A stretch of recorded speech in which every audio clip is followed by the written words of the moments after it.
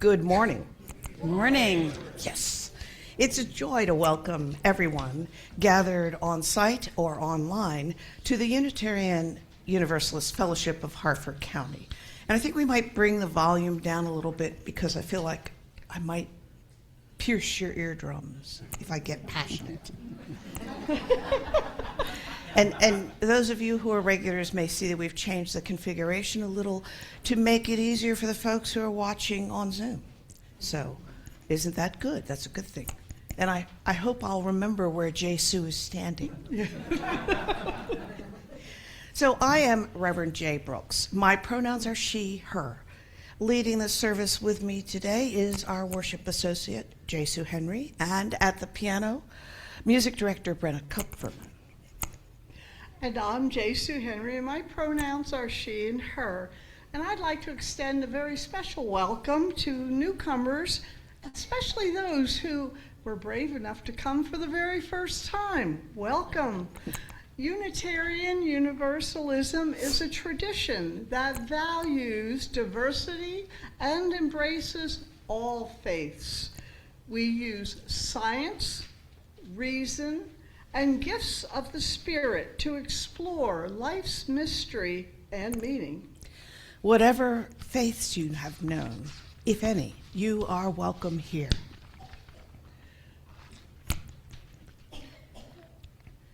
We gather in community to restore the balance of our spirits. No, that's me. Yeah, but you read me.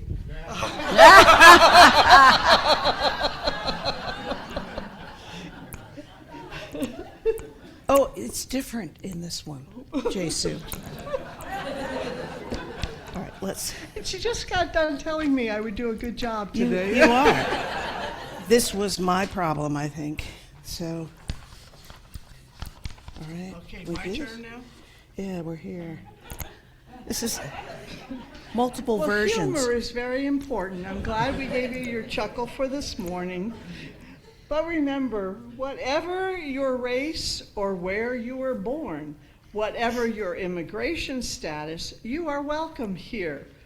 Whoever you are and whatever your gender, whomever you love, you are welcome here. We gather in community to restore the balance of our spirits, to celebrate the joys of life and find the strength to meet our sorrows. And in the earliest meaning of the word worship, to consider ideas that are worthy of our time and attention.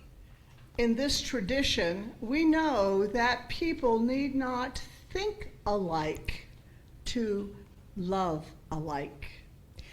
During June, our learning and worship theme is flourishing together. Today is Flag Day during this year that is the 250th anniversary of the Declaration of Independence.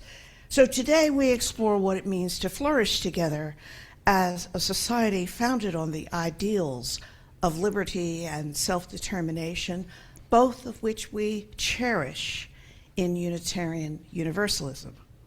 After all, the author of the Declaration of Independence, Thomas Jefferson, and the nation's second president, John Adams, were Unitarians. So it's not surprising that America's founding principles resonate with today's Unitarian Universalist values. May the sound of the bell and the music of the prelude help us center ourselves as we enter into a time of worship.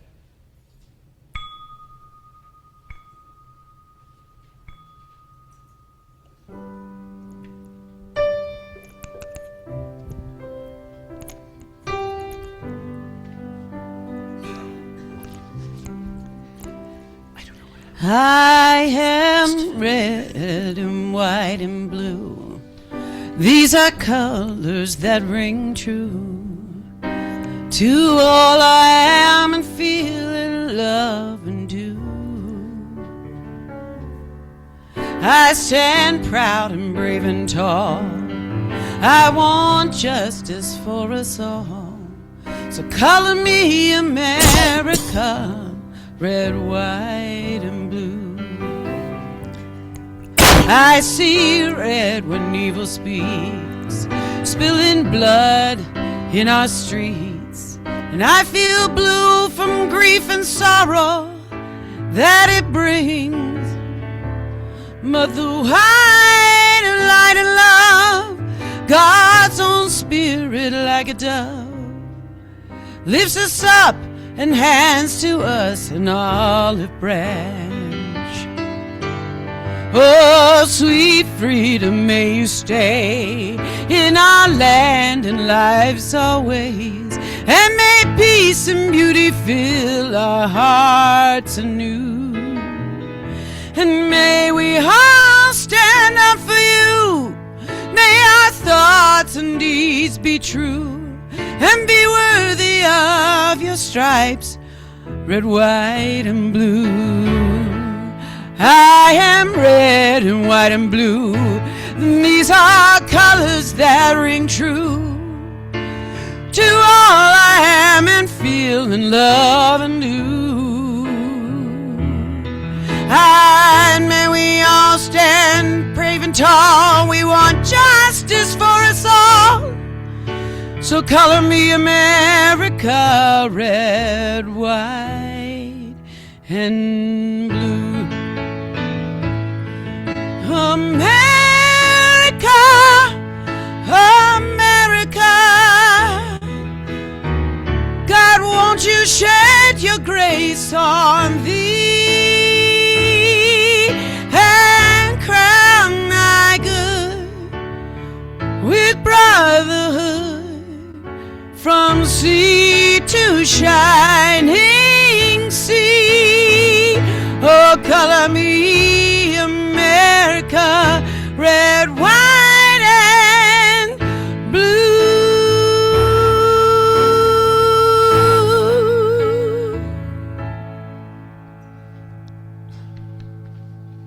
Thank you, Brenna. Each Sunday, we light the chalice of our religious heritage. We do this for our ancestors who taught us through their various religious traditions and by their actions for justice and hope. We do this for our children who are learning the traditions we teach and who learn more from our actions than our words. We do this for ourselves so that we are inspired to remember our beginnings, reflect on who we are now, and spread our wings as we understand who we seek to become.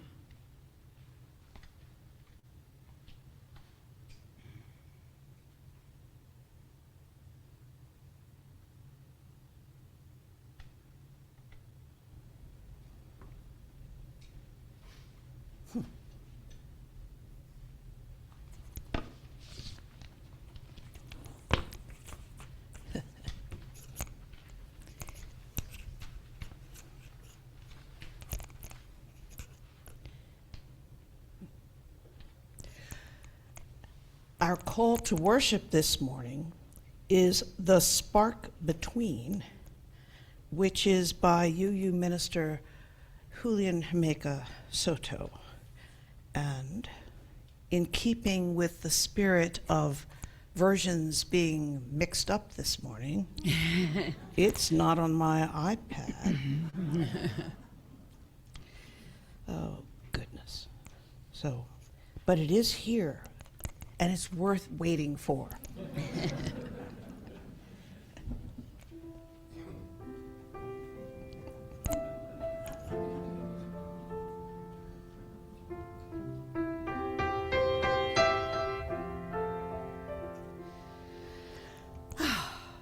Thank you, Brenna.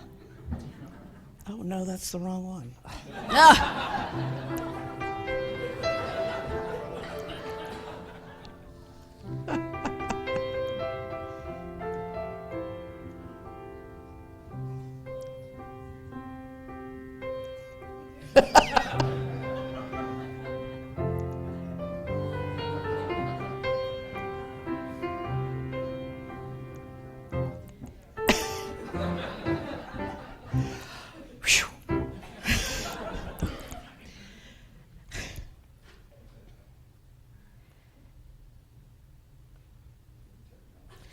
There is no more time for pretending that everything can be all right without your care, without your attention. You can mourn, grief being more real at times than the promise of the sunshine, more real than the peace of the moon that by inconstant sliver turns, disappears. And yet, while we may mourn changes, losses, deceptions, and betrayals, beneath the ash, we find the ember. We weep, and then, as we have learned from labor movements, we organize. Remember the day toward which we gather, the tomorrow toward which we advance. It is with your actions today that you engage that muscle memory, that sense of smell, the ragged velvet feel of a day you have never lived. It is also your day.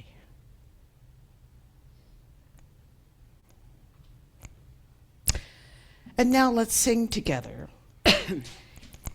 It's a Grand Old Flag by George M. Cohan. The words of the chorus are in your order of service, and we'll sing the chorus twice. Please rise as you're comfortable.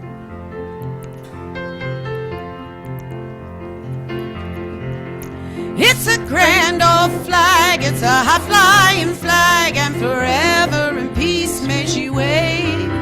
She's the emblem of the land I love, the home of the free and the brave.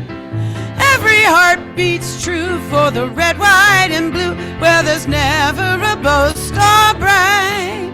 But should old acquaintance be forgot, keep your eye on the grand old flag.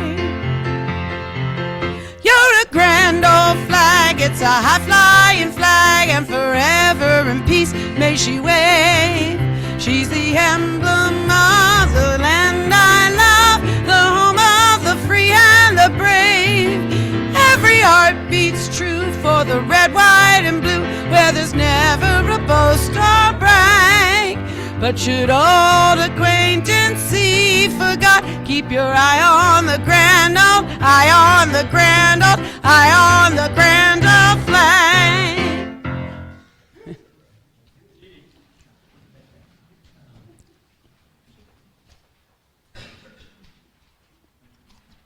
Thomas Jefferson. You know, you can say in a moment. Am I going to say What she's going to say is, in a moment, J. Sue will read. You know me reasonably well.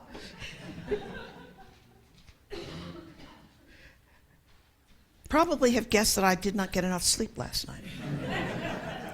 So in a moment, J. Sue will read excerpts from Thomas Jefferson's first inaugural address, delivered in March of 1801.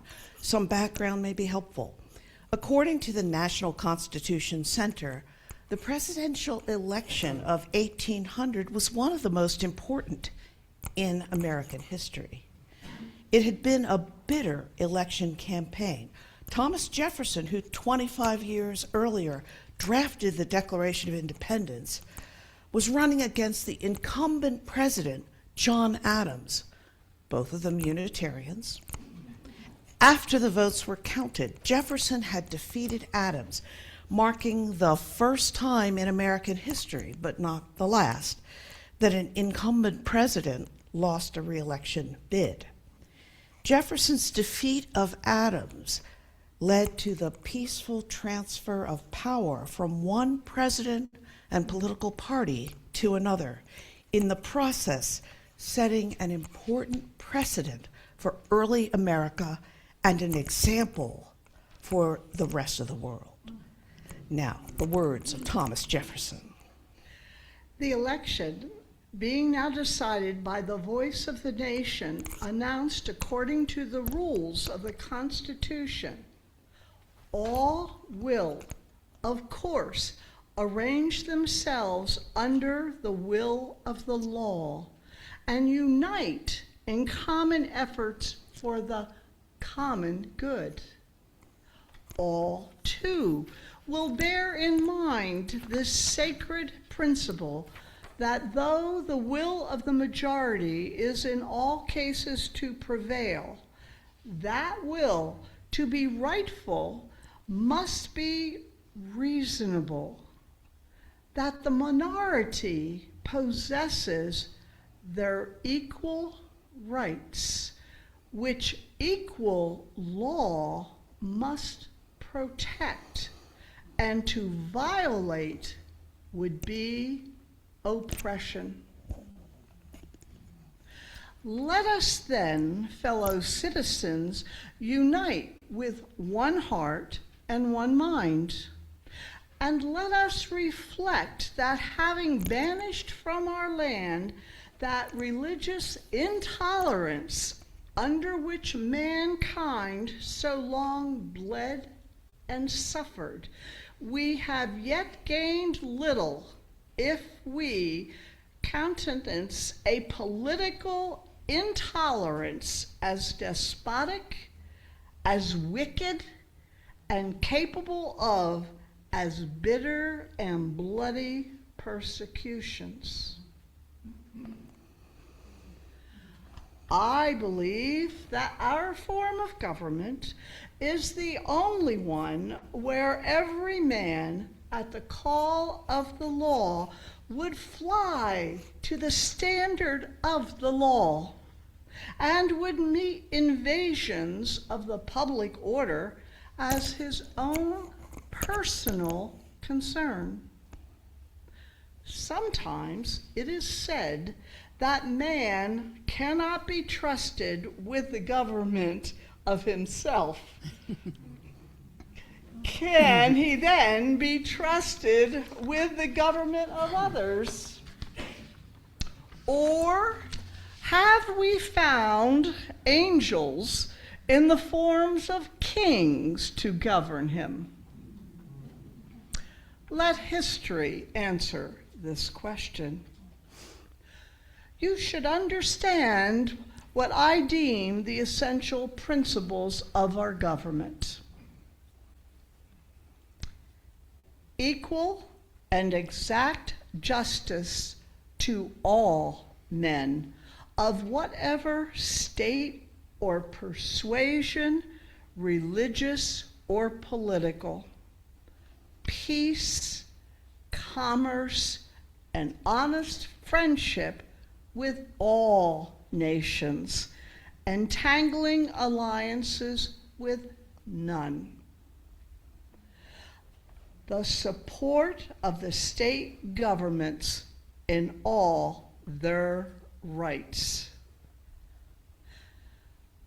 The preservation of the general government in its whole constitutional vigor. A jealous care of the right election by the people. Absolute acquiescence in the decisions of the majority, the vital principle of republics from which is no appeal but to force, which is the immediate parent of, I practice this word, Despotism? Despotism.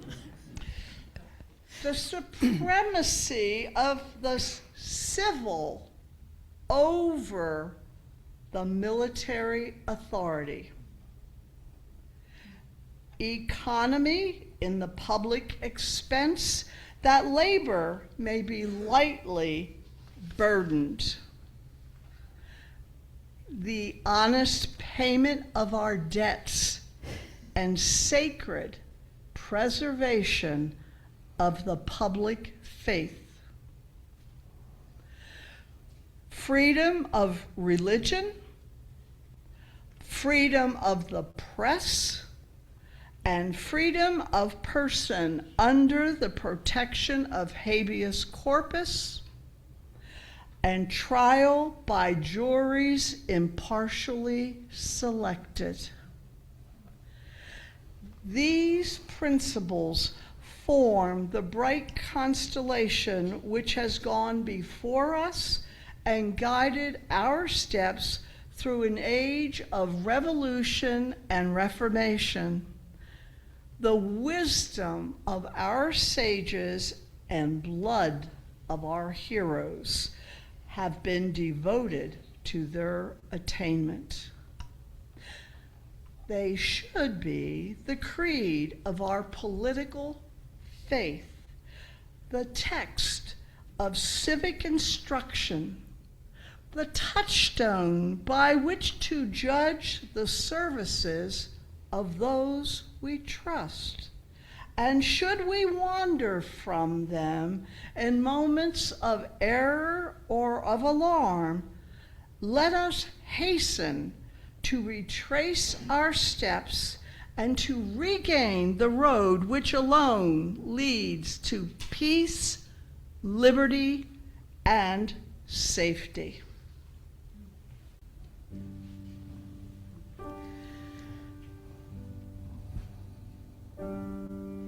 Oh, beautiful for pilgrim feet, whose stern impassioned stress a thoroughfare for freedom beat across the wilderness. America, America, God mend thy every flaw, confirm thy soul in self-control, thy liberty in law.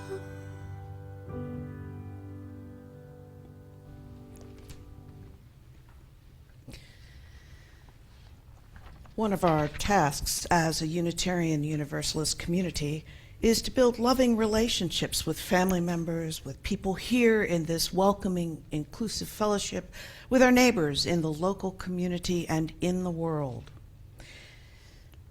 Each Sunday, we ask for financial contributions so that we can sustain this fellowship and reach out to all who seek a life-affirming message of belonging and hope. If you're online, click the link in the Zoom chat to contribute. If you're on site, you may place a donation in the basket or use your device to find the donate link on the uufhc.net. Every week, your donations help this fellowship live our Unitarian Universalist values both inside our walls and in the local community and the wider world. Today, the second Sunday, our collection supports our social justice efforts. Those values, the 7 UU values, are centered around love. Those values build community. Those values teach us to make neighbors of everyone we meet. Now we invite you into a quiet state of mindfulness as we speak those 7 UU values. Consider what they mean for you and your life. Consider what they could mean for our nation. With love at the center, we care for one another and extend that love into our local community through actions for justice and equity. Each action, no matter how small, works toward the transformation of our world. This fellowship intentionally welcomes the pluralism of beliefs. Our interdependence encourages us to learn and grow, and in the true spirit of generosity, to help our neighbors.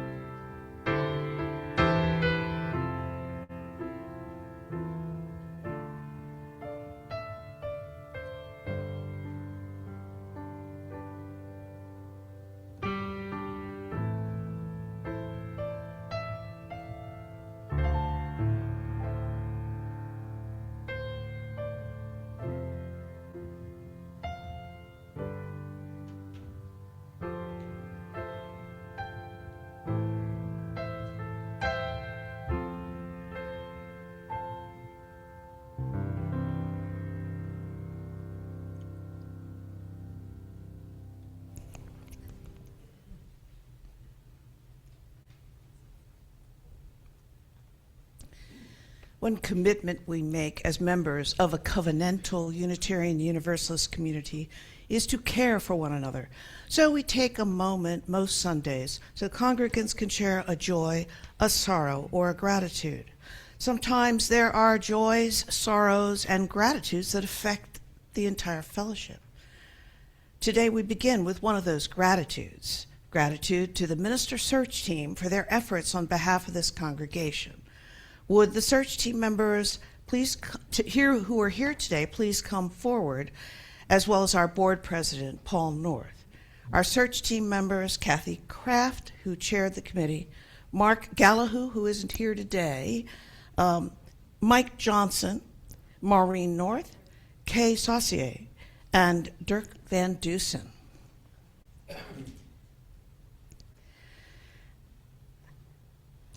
And our board president will begin the responsive reading that is going to be up on the slides in just a minute.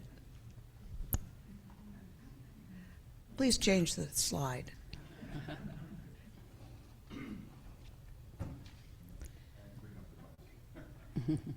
After Mark, there we go. Hello, there we go. Members of the minister search team, during this final year of interim ministry, you have each worked more than 400 hours to bring the faith community a new settled minister. We are grateful for your service.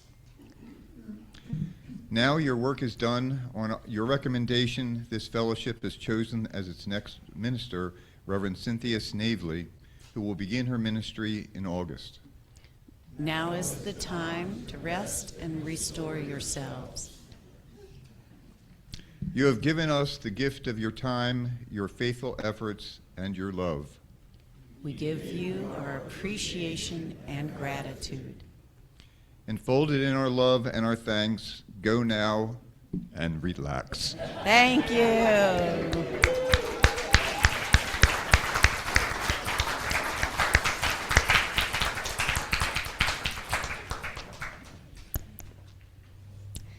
And today there is a second communal emotion we share, the joy of welcoming new members. I want to invite Valerie Green, our membership chair, to come up, and she will call the names of the new members who are coming forward. We have new members who are joining for the first time today. They're signing the book. And over the past year, there were 9 others who signed the membership book since the last time we welcomed them with this ceremony. So, members, as you're comfortable, please either come forward, rise at your seat, or just wave your hand when Valerie calls your name. For the new members that are signing the book today, Cindy Rich and Gary Rich. Reese Enkin, did they make it in today? I'm not sure that they did. But Reese and Nix Stomer. Janice Zimmerman, welcome. And those who have joined in the last year, we just like you to stand so people can see who you are. Some of us don't even know you. And that way, during the potluck, you can be bombarded with a lot of love and welcome, okay? Sadie Forney, there she is. Diana Maxfield, Kevin Kammerer, way in the back, Chris Newman, Darren Jesslin, Lily Petefield, I think is on She's Zoom. online. Yeah. And Shane Brenniger is also online, and Yvonne Wagner. And Marcus Childers, I think, also. Oh, I Yes. didn't get that one, sorry. And so now we welcome. Marcus, yes. There he is. It seems like you've been here forever, so I didn't know it was just a year. And now we want to welcome all of you with the ceremonial words that will appear on the screen. Good. For millennia, human beings have gathered in faith communities seeking a higher purpose and deeper life than they could find alone. We are grateful today for each one of you that you have found your way here and you have decided to make a commitment to this community. We never really know what combination of fate, relationship, good luck, or ultimate meaning brings people together in this world for any purpose. But membership here, Us to celebrate that we are we are together together, and to regard each member as a potential friend and potential teacher. We hope you'll allow yourselves to know and be known, to minister and be ministered unto, to love and be loved as we work together to create community here and everywhere. And now, our new members. You can look at.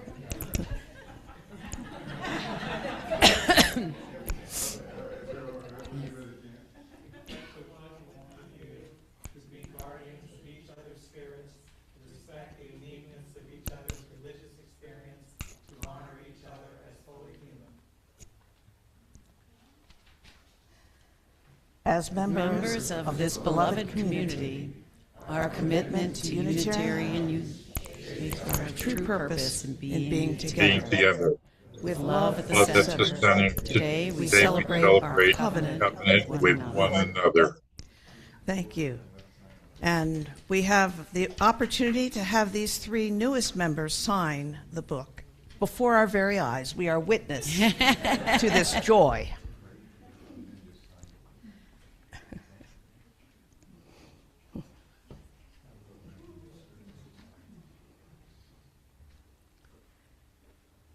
Signing the membership book in Unitarian Universalist communities is a long tradition that goes back to the congregational churches of the Pilgrims. And some of the old churches in New England that are now called Unitarian Universalist congregations have membership books historically preserved that go back to some of those earliest days.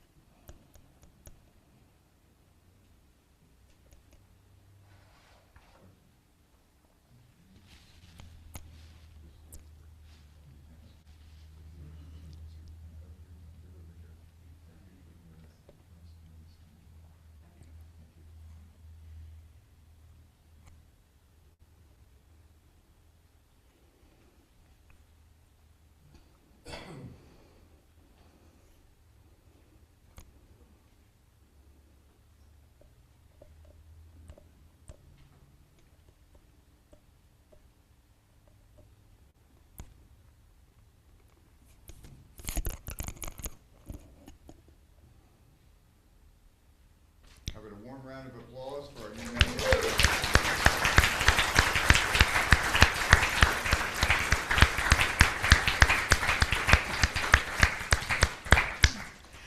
And now we take a few minutes for the individual joys, sorrows, and gratitudes among us. So if anyone gathered here today would like to share, please go to the mic and raise your hand to have a mic, or raise your hand to have a mic brought to you. And if you're on Zoom, put your message in the chat and Brenna will read it. A gentle reminder, this isn't a time for announcements or politics or to share someone else's story. And as people speak, let's listen with attention and hold one another in love. Please go ahead. That's Cindy there. I'm Cindy, and I want to jump on the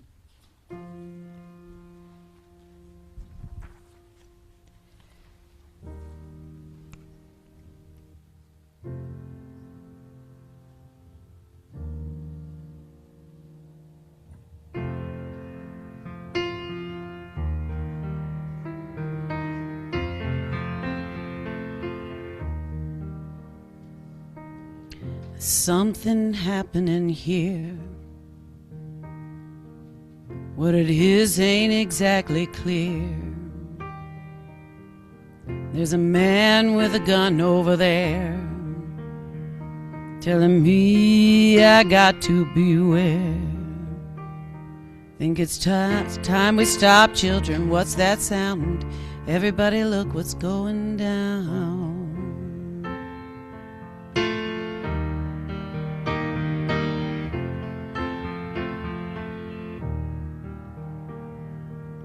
This battle line's being drawn. Nobody's right if everybody's wrong. Young people speaking their minds, getting so much resistance from behind. Can we stop? Hey, what's that sound? Everybody look what's going on.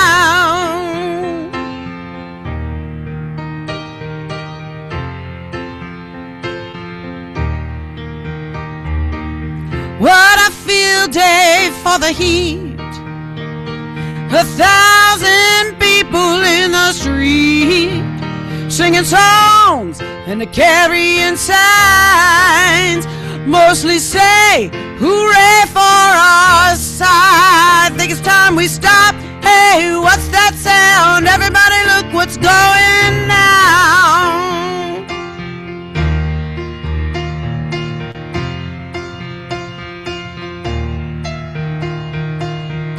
Paranoia strikes deep into your life, it will creep.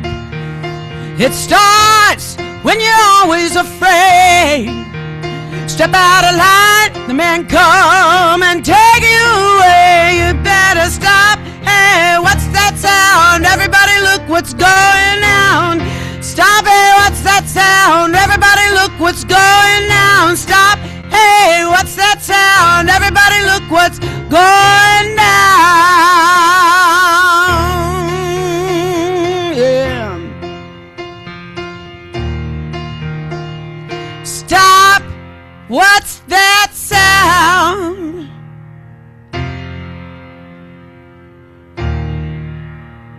Stop. What's that sound?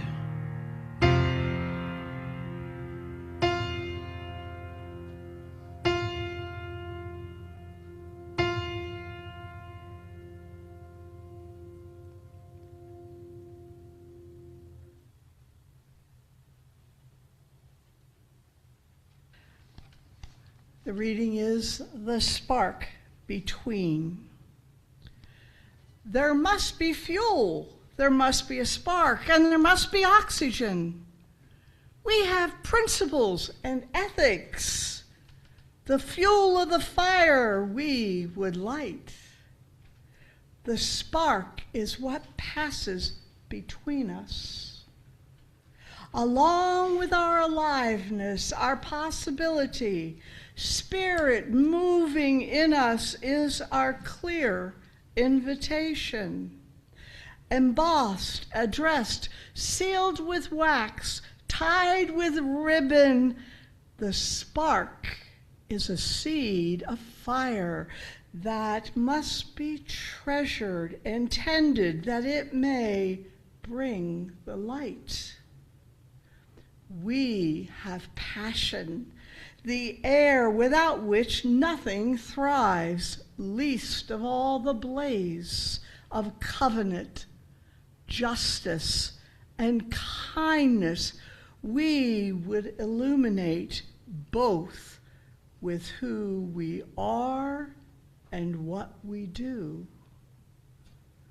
All of these an invitation to bring to life the blaze of liberation that is meant to light our way and to dispel the fog of cruelty and grief.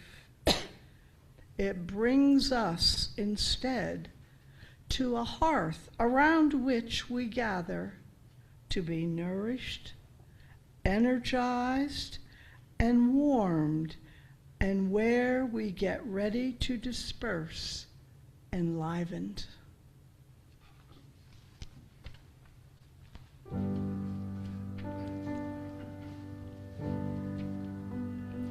Oh, beautiful for working folk who forge the wealth we see in farm and mill, in home and school, unsung in history. America, America, may race nor sex nor creed no more divide, but side by side all rise united, free.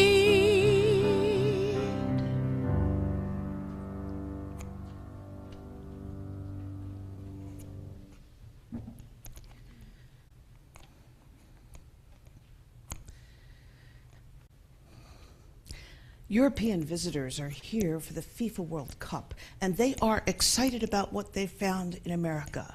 Of course, the gorgeous natural vistas, but also Waffle House, free soda refills in restaurants, ranch dressing. But the most poignant and touching aspect of America they have found is a warm welcome from ordinary working Americans, many of whom have offered helpful information, genuine welcome, and sometimes free meals. Now, we know America isn't perfect, and we know that not every American is welcome to every visitor. But the stories of welcome and hospitality that are circulating on the internet this week are stories of how human beings, without extraordinary power, are capable of generosity, compassion, and empathy. This year, 2026, America celebrates the 250th anniversary of the Declaration of Independence. And today, June 14th, Flag Day, recalls the adoption of the first official flag, of the United States. The Continental Congress, nearly a year into the American Revolution, passed a resolution declaring the design and colors of the flag on June 14th, 1777. The resolution said, resolved, that the flag of the United States be 13 stripes, alternate red and white, that the Union be 13 stars, white in a blue field, representing a new constellation. A new constellation. Yes, the troops under General Washington needed a recognizable emblem on the battlefield. Other sovereign nations, including the Native American nations, needed a clear indication of the nationality of American troops, merchant vessels, naval vessels, and privateers.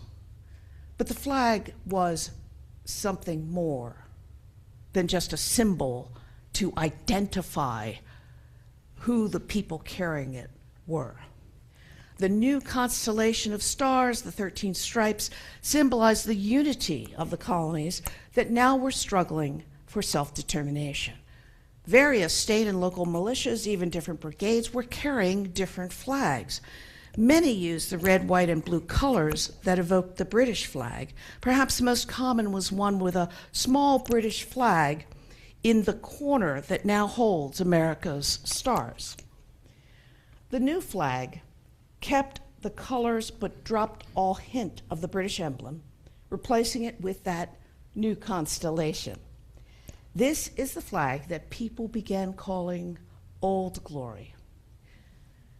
What did Old Glory stand for to those who designed it, to those who carried it forward into the American Revolution? It was not merely a symbol of unity.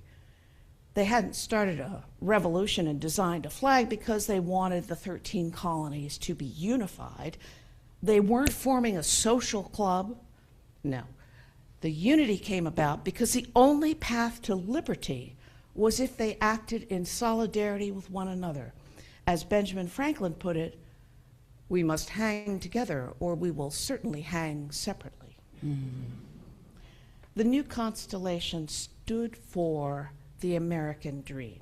It stood for a nation founded on the idea that human beings have inherent rights, that ordinary people can be self-determining and self-governing, that they can have a government without having a king. Less than a year before the Continental Congress adopted Old Glory, it had adopted the Declaration of Independence that Thomas Jefferson drafted and the Continental Congress signed on that momentous July 4th, 250 years ago. When Jefferson took office in 1801, the reasons for the American Revolution were fresh in living memory, because there was no need for a flag without the principles it represents. No king, governance through elected leadership constrained by the rule of law, individual liberties enshrined in the Constitution, freedom of religion, freedom of speech, due process, trial by jury, and the right of habeas corpus so that no person could be detained without public disclosure and public trial. That's what the flag meant, Old Glory. And that meaning has been tested and challenged again and again. There's a story about freedom and the flag. This story has intrigued me for many years, but it's also an important story, especially today. And with one eye on the clock, with all that we've been doing in this service this Sunday morning, I see it's getting close to the time when I normally conclude the service. So please, if you want to hear this story, would you give me a show of hands in favor of hearing it? Okay, then I will continue, and my apologies if we go a few minutes over. By 1935, many school districts in America used some form of the Pledge of Allegiance as the start to the school day. Congress didn't adopt it until 1942, and even then, Congress didn't include the words "under God," which were added in 1954, and which are the focus of an entirely different story. In 1935, Pennsylvania's Minersville School District required children to recite the Pledge of Allegiance and salute the flag as they did so. They used the flag salute, and that salute part is especially interesting. I will describe it, but I will not do it. Each child was to place their right hand over the heart and then extend that arm straight on a diagonal toward the flag. In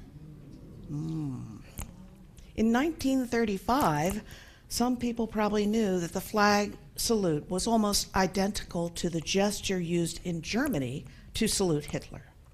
But the full significance of the gesture, the fascism and the brutality it represented, came years later. In 1935, Billy and Lillian Gobitis, children of Jehovah's Witnesses, were expected to salute the flag and recite the pledge each morning. They refused. Billy, then 10 years old, wrote a letter to the school board explaining why he refused to salute the flag. In his awkward, childish handwriting, Billy cited the command in Exodus to make no graven image or bow down to them. And Billy said, "I do not salute the flag because I have promised to do the will of God. That means I must not worship anything out of harmony with God's law." The school board expelled Billy and Lillian for insubordination. Now, the children won in the lower courts, but the school board appealed to the U.S. Supreme Court. And it came to the court and was decided in 1940, so 5 years later. And by an 8-1 decision in an opinion authored by Justice Felix Frankfurter, who was, by the way, the court's first Jewish justice, the Supreme Court ruled that Pennsylvania's educational authorities had the right to safeguard the nation's fellowship, to choose the means to evoke that unifying sentiment without which there can be ultimately no liberty, civil or religious, to use the schools to inculcate respect for the ordered society which is summarized by our flag. Freedom of religion essentially fell before the idea of unity. The flag as a symbol of the unified colonies was accorded more weight than the flag as the symbol for which those colonies unified. Only 3 years later, though, and this is why this story is important, only 3 years later, the court reversed the Gobetis decision in an almost identical case, West Virginia Board of Education versus Barnett. But back in 1940, just 3 years before, the justices took Billy's religious claims rather lightly and gave great weight to Pennsylvania's right to gather up the traditions of a people, transmit them from generation to generation, and thereby create that continuity of a treasured common life which constitutes a civilization. That's what they said. Now, there's often a tension between an individual's exercise of constitutional rights and the interests of broader society, even when fundamental rights are involved. Billy and his sister asked to be excused for reasons of religious conviction from participating in the flag ceremony, and particularly from the obligation to salute the flag. Could their request be considered a danger to the general good, like shouting fire in a crowded theater? Well, in 1940, the Supreme Court thought so, saying national unity is the basis of national security. The ultimate foundation of a free society is the binding tie of cohesive sentiment. And the court ruled that national unity is a government interest, they said, inferior to none in the hierarchy of legal values. Yet the flag salute isn't mentioned in the Constitution. The Continental Congress didn't write the Pledge of Allegiance, and nor are the founding documents of this nation mentioning terms like national unity and cohesive sentiment. So the Gobetis case was decided at a curious time in American history. The country hadn't yet entered World War II, but just as the decision was being written, France had fallen. The resemblance between the flag ceremony, salute to the flag, and the Nazi salute to the Führer might not have been apparent to the school district in 1935, and though it was probably known to the Supreme Court justices in 1940, perhaps it was not yet invested with troubling shades of meaning. 3 years later, just 3 years later, in the Barnett case, the West Virginia Parent-Teacher Association would object to the flag salute precisely because it resembled the Nazi gesture. And since 1940, over those first 3 years after the decision, thousands of adult Jehovah's Witnesses had been arrested for refusal to salute the flag and viewed as traitors. They suffered from mob violence in 300 American communities. In many significant ways, the issues had become clear.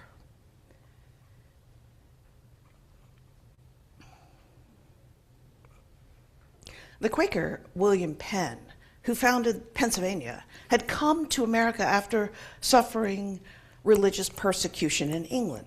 One of his offenses was contempt of court for refusing to remove his hat.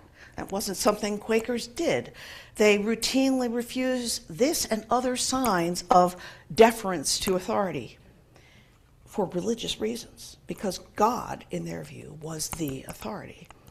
So William's refusal to doff his hat and little Billy's refusal to salute the flag spring from different religious tradition, but both refusals are religious dissent to a secular display of respect.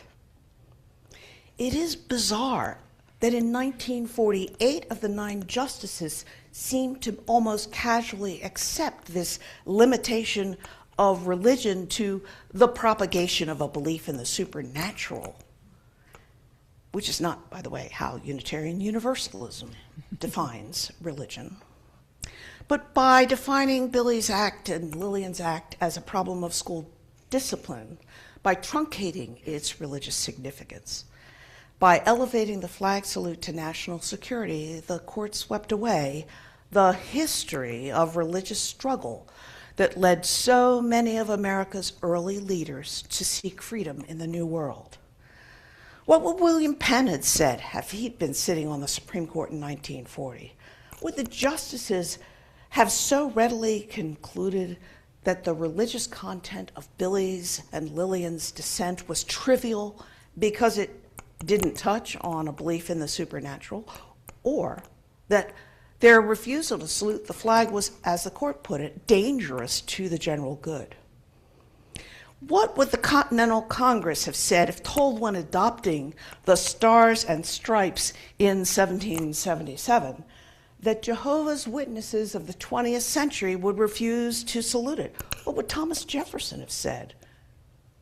Perhaps something like, the Quakers won't salute the flag now, so what?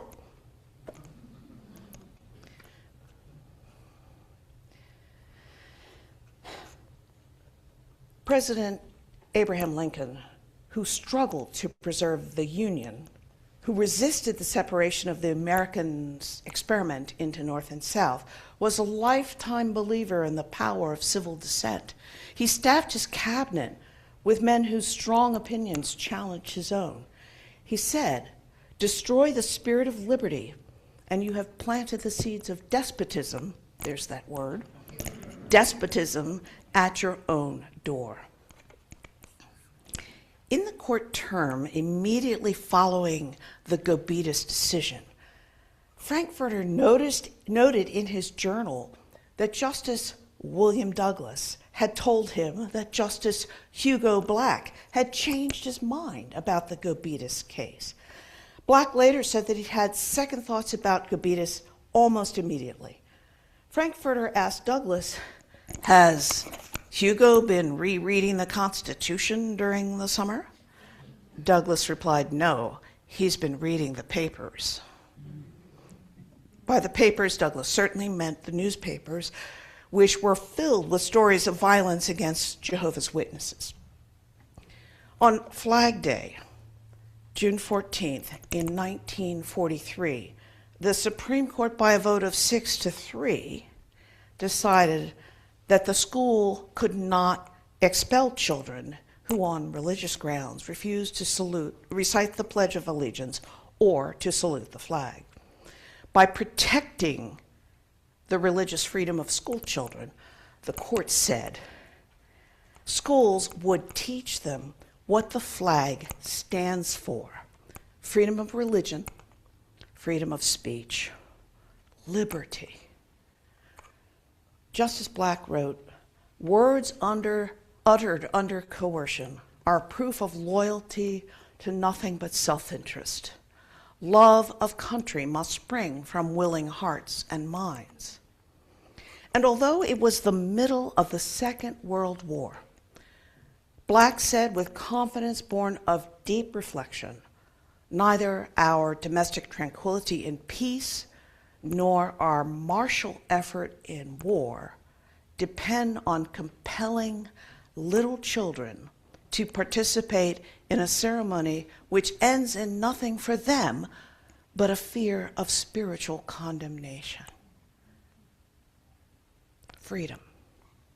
Old Glory stands for freedom, not just some loose idea of freedom, but the specific guarantees of liberty that are in the American Constitution and the Constitution system of government not by kings, but by laws. Over the 250 years of the American nation, one thing emerges as truth, that the American dream of liberty and justice for all, part of the pledge, has never been fully realized. The slaves dreamed of freedom. The emancipated former slaves dreamed of equal rights. American women dreamed of the right to vote. And through all the time of this nation's history, immigrants dreamed of a new life in a country where they could work and live in a nation of liberty and law. All of these dreamers lived and worked as if they were remembering the future, a future they hoped would become real. And very often it did. The dream of freedom. As a nation, we have come closer than originally to the ideals that the American flag represents. But the work isn't done. If the glory of the American dream is not to be merely old glory, if it is to be current glory and new glory, then each generation must continue to remember the past and remember and reimagine the future. And we can. Let's rise and sing hymn number 121, We'll Build the Land. And let's just sing the last verse, please. Okay. So as the slides, just go straight to the last verse, please.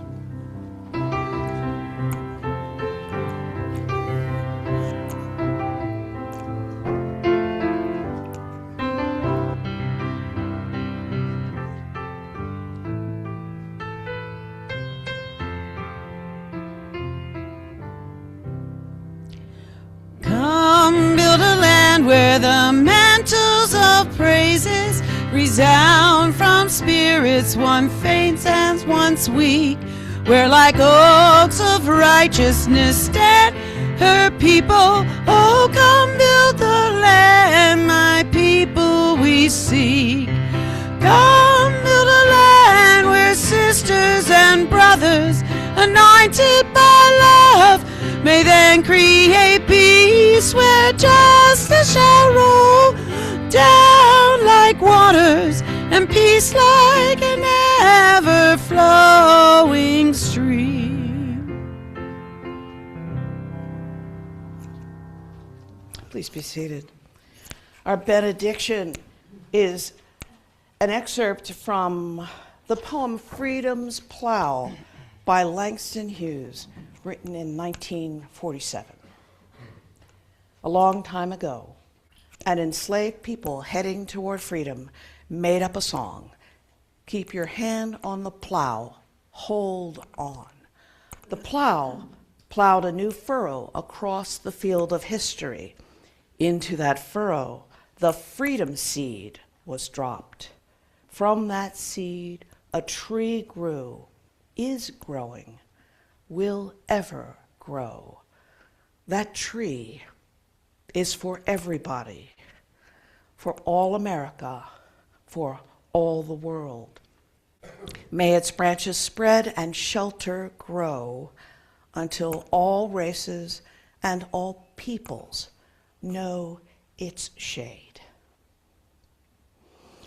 And now, as Jesu extinguishes the chalice, let's say our chalice extinguishing words together. They're printed in the order of service. Now we extinguish this flame, but not the light of truth, the warmth of community, or the fire of commitment. These we carry in our hearts and out into all the world.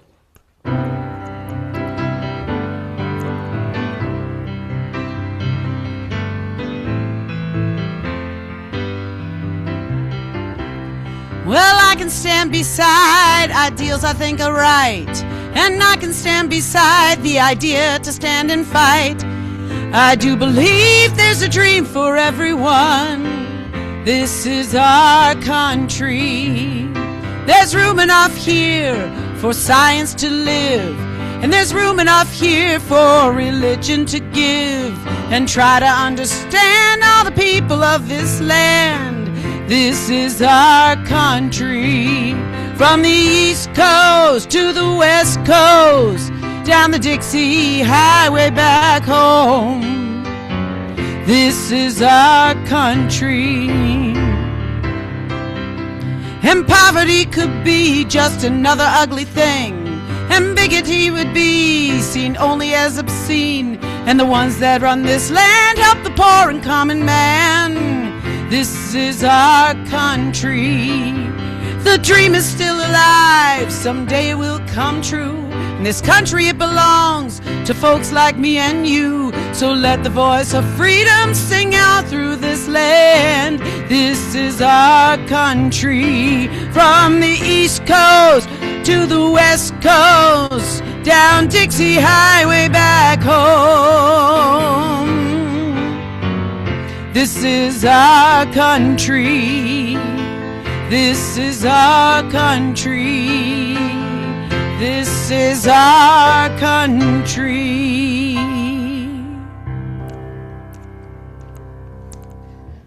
Brenna, thank you. We have a few announcements, and I hope they're going to be brief. But first, I want to acknowledge that people normally stand for the Star-Spangled Banner, and it didn't occur to me to invite people to stand when Brenna played that adaptation of the song, because in my mind it was rather different. So my apologies. I am grateful to the folks who went ahead and stood anyway. And we are still one country, and that flag means a lot. So after these announcements, we have a potluck followed by a congregational meeting. And I think Aaron has a quick announcement about the 6 p.m. taco party and celebration of the First Amendment. And Paul, you're standing. Did you want to say something? Okay. Why don't you come ahead while Aaron's still walking up? Another announcement. Okay.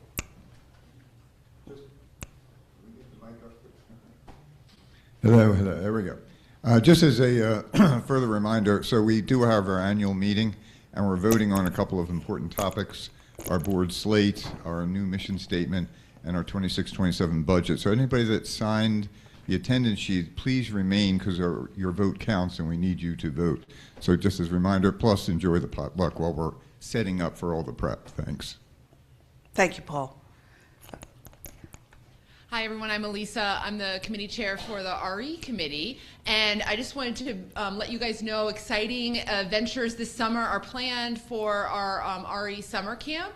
It's August 3rd through the 7th, but more importantly, if you don't have kids in your home, I bet you might know someone who has kids in their home. So if you use Facebook or social media, share from the fellowship's page to get the word out about the program.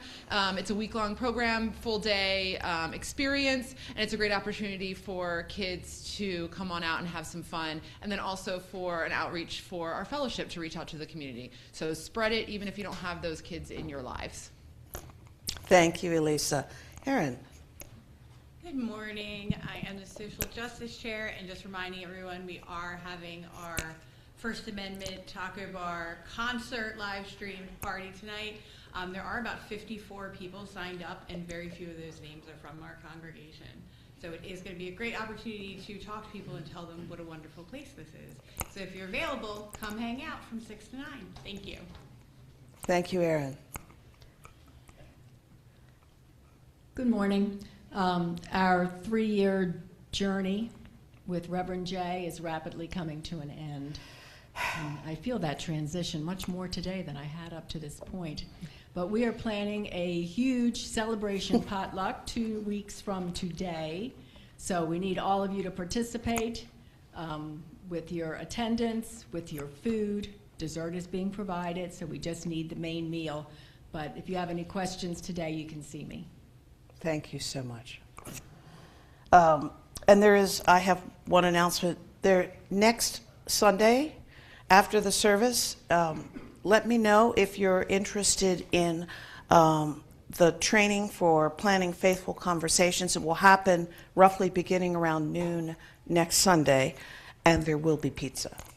Do we have another one? No?